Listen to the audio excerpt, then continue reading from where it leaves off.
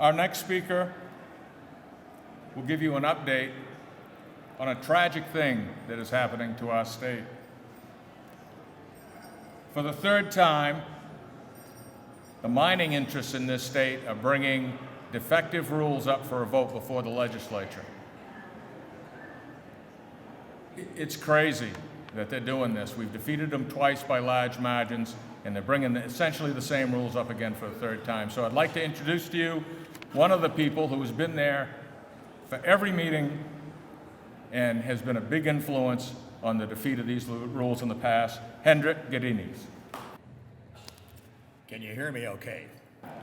Metallic mining, in a nutshell, generates millions of tons of sulfide powder.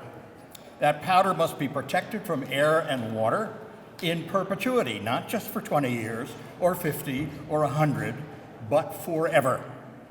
For when it combines with air and water, it produces toxic, heavy metal-laden sulfuric acid.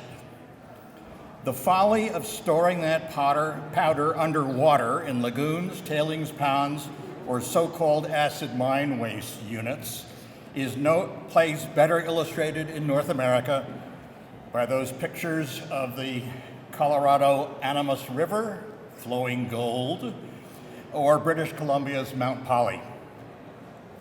I come from the Blue Hill Peninsula. We house Maine's 2 commercial mine sites of the past century, one of which is a Superfund site, the former Callahan and Care American mines, the attempted cleanup of which now resolutely consumes tens of millions of state and federal tax dollars. The current mining battle has been brought to us by the LePage administration at the end of the 125th legislature in a lightning-like end-of-session consideration. A metallic mining bill drafted by Canada's J.D. Irving's attorneys was passed by the Republican House and Senate and quickly signed by the governor. The aim was to allow Irving to pursue the windfall profits realized from their purchase of Bald Mountain, but the statute covers the entire state, not just Bald Mountain. The draft regulations came before the legislature 2 years later and were defeated. They came back a year later again without so much as a single change. This time, the public really got involved. And while some adjustments were attempted in the regulations, the basic problems with the underlying statute remained. The end result was 3-to-1 bipartisan rejections in both the Democratic House and the Republican Senate. 2016 was relatively quiet respecting mining until the very end. During spring and summer, the Maine Board of Environmental Protection and DEP were busy rewriting the draft regulations, but not the statute, although the board clearly is empowered to advise the legislature when they conclude that changes need to be made. In September of last year, 2016, it's hard to get used to that, because I've jettisoned a deep sixth in my memory already. In September, new regulations were published for public comment, all 94 pages of them, and did they ever get public comment? Overwhelmingly, the public said no. The board tinkered, and the public said no again. And then in mid-December, a funny thing happened on the way to the forum that will be the 128th legislature. December 15, my good friend Eric Tuttle, and sometimes jousting partner, had just finished videotaping proceedings on the proposed expansion of the Juniper Ridge landfill. Those of us that spend a lot of time in Augusta see a lot of Eric as he goes to all those hearings on environmental matters and other things too. And he was putting his equipment away when he noticed that the board members were still sitting at the table with their legal analyst, and they were talking about the mining regs. He quickly took his camera back out, brought it to bear, taped a conversation of 10 minutes that would otherwise have been fugitive. It was captured and then transcribed. In it, the board made crystal clear that the sustained drumbeat of the public on the inadequacy of the enabling statute had finally been heard. The public, as a consequence, they asked their legal analyst to bring forth language for a communication paralleling their presumed submission of the newly drafted regulations and noting for the legislature the depth and the persistence of the public unhappiness with the statute. So here we are, January 4. Any one of a number of things could happen. Exactly how many of them will take place is only going to begin to unfold tomorrow. In other words, stay over tonight. I'll come back to that. Tomorrow, the decision to forward the new mining regulations will almost certainly be taken by the Maine BEP, although I'm going to try to persuade them not to do it. Tomorrow, a decision could be forthcoming to send a parallel letter to the legislature from the Maine BEP, acknowledging the overwhelming and sustained public dissatisfaction with the mining statute. It would be hard to interpret such notice as anything other than a fundamental, if inadvertent, undercutting of the very draft regs they will seek to have submitted. Go figure.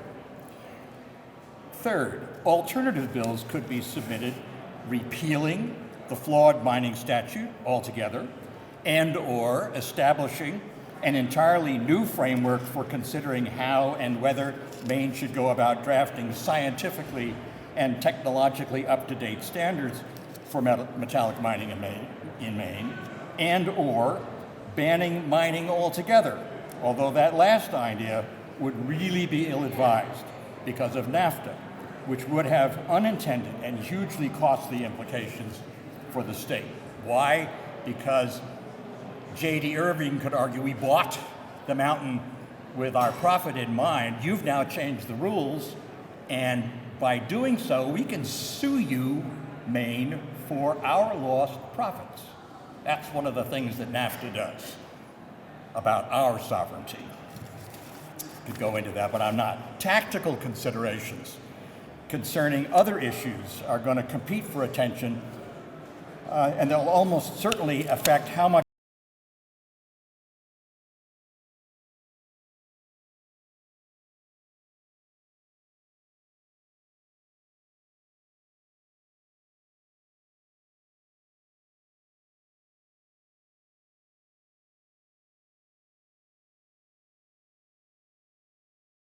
each house.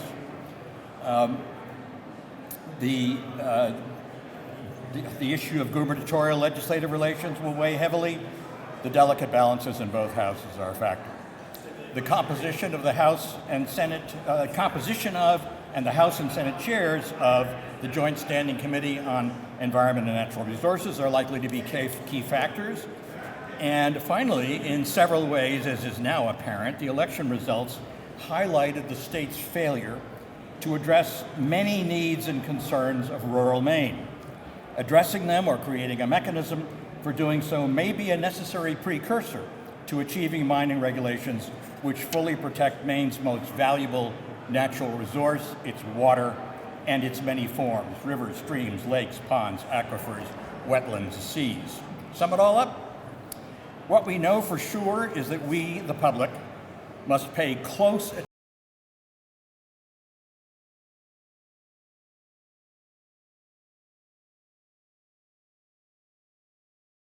to show up every time that we're needed, even when our role is only that of a very present audience, including tomorrow at the Civic Center at 9 a.m. for the action meeting of the BEP on the regs, as well as the possible additional letter of notice on the statute. They dumped the new documents, all 200 pages of them, on the web last Friday. And I'm breathing easier now because I've just finished 4 days of going over them line by line.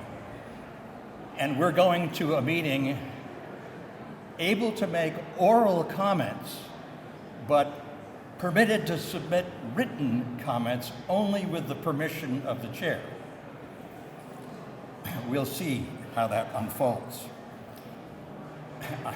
I've got written stuff. We'll see what happens. We must keep our eyes on the process and respond at every time it's pertinent. We've beaten the bad regulations twice. We can and must do it again. Even though in light of our previous successful blocks, this will sometimes feel like a waste of time, but protecting Maine's waters to this challenge falls to us again. I know we're going to rise to it. Thank you.